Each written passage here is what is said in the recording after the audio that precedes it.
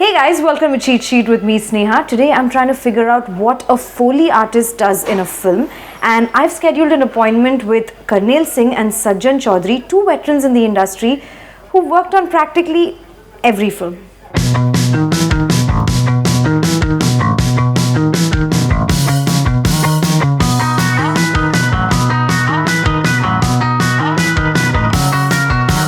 Thank you so much हमें यहाँ बुलाने के लिए। ये कैसी जगह है ये? This is amazing. ये आपका फॉली का स्टूडियो है? फॉली स्टूडियो, या क्या होता है यहाँ पे? फॉली फिल्म में जब शूट होती है काफ़ी डिस्टरबेंस रहती है। उनकी जो एक्टिविटीज़ है आर्टिस्ट की, उनका चल के आना, मूवमेंट किया कोई, वो जो भी आर्टिस्ट कर रहा है वो उसको रिक्रिएट करना होता है। और अभी आप हमें दिखाने वाले हो वो एक 30 सेकंड का बाजीराव मस्तानी का क्लिप। आप बताइए इसको रिक्रिएट करने में आपको कितने दिन या कितने घंटे लगे? ये सीक्वेंस क्रिएट करने में हम लोग को 2 दिन लग गए। 2 दिन। हाँ। और इस सीक्वेंस को अभी आप ब्रेकअप करके हमें बताने वाले हो कि क्या क्या हुआ, कैसे हम लोग ने वो सीन क्रिएट किया और जो आपने विजुअल पिक्चर में देखा। धान पट्टा है जो बाजीराव मस्तानी में बाजीराव ने यूज़ किया है। Very difficult to everybody for this making sound, but I did very easily. Okay, I'll show you.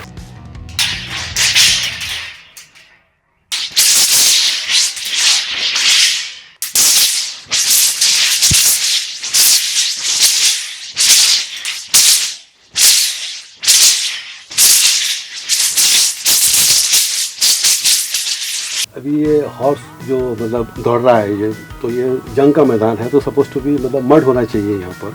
तो हम लोग मड का फील देने के लिए सॉल्ट का इस्तेमाल करते हैं।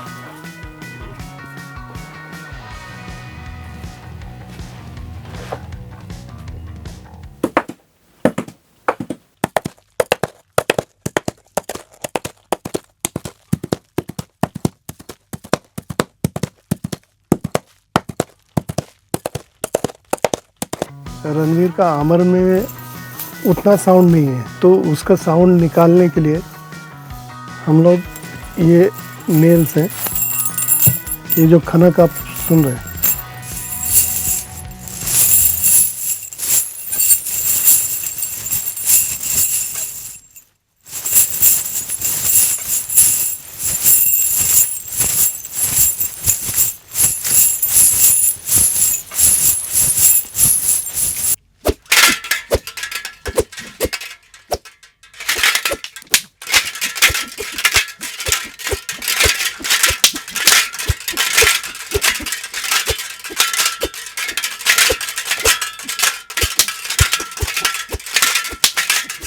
हम लोग ने जो अभी सीक्वेंस किया है उसमें अभी भी इनकम्प्लीट है। ये घोड़े की ज्वेलरी है जो उसके गैलॉप के साथ में एसेसरीज जो बंधी हुई रहती है वो है, वो अभी आपको एक्शन करके दिखाएंगे।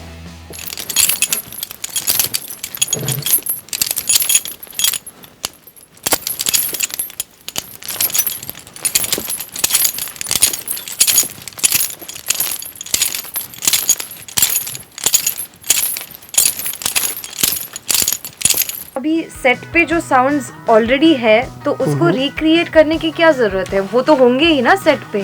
सही बात है, जो सेट पे जो चीजें यूज होती हैं फेक होती है, मीन्स जैसे चेन वो सही में मेटल नहीं होगा, बिकॉज हर्ट हो जाएगा आर्टिस्ट को। तो मतलब जैसे प्लास्टिक की चेन हो गई, डमी चेन्स, उसको ठीक साउंड फिल्म में करने के लिए हम लोग को रियल चीजें यूज करनी होती है साउंड के लिए।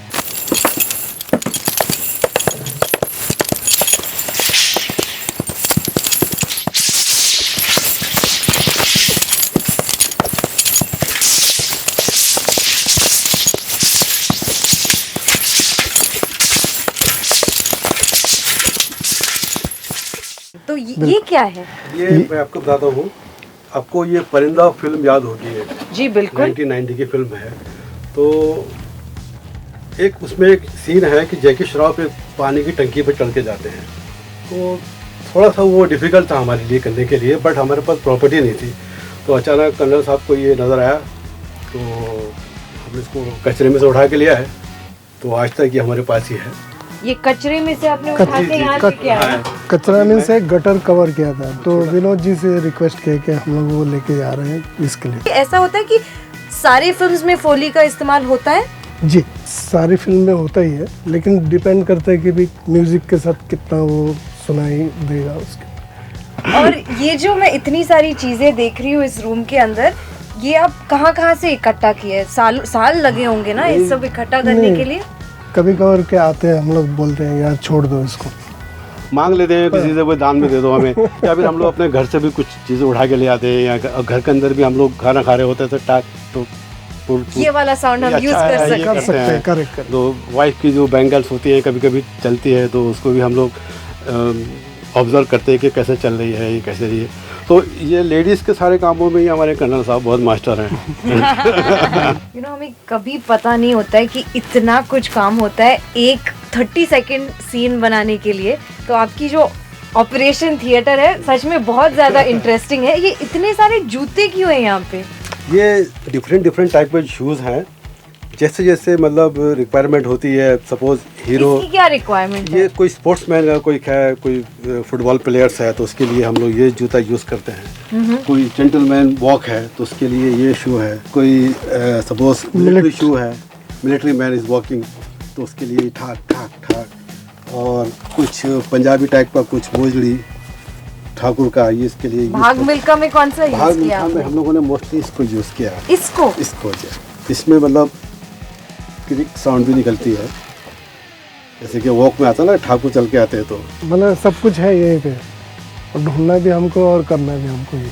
अमेजिंग। यू नो, सच में मैंने जिंदगी में ऐसी जगह मैंने देखी नहीं है। तो थैंक यू सो मच यहाँ पे बुलाने के लिए और इतना सब कुछ दिखाने के लिए। थैंक यू, हमको भी स्क्रीन पे दिखाने के लिए। और क्योंकि हम तो कभी पर्दे के सामने आते ही नहीं, तो इसी में खोए आप रहते हैं। कोई ऐसी चीज़ हमसे पूछिए जो हमारे पास ना हो। वो सोच के वापस से आना पड़ेगा।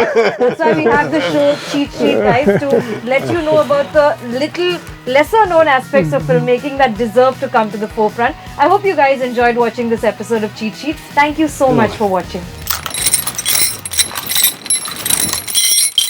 अगर आपको हमारा फॉली पसंद आया तो उसको और भी और देखना चाहते हैं आप, तो हमारे सब्सक्राइब कीजिए film companion. Thank you very much.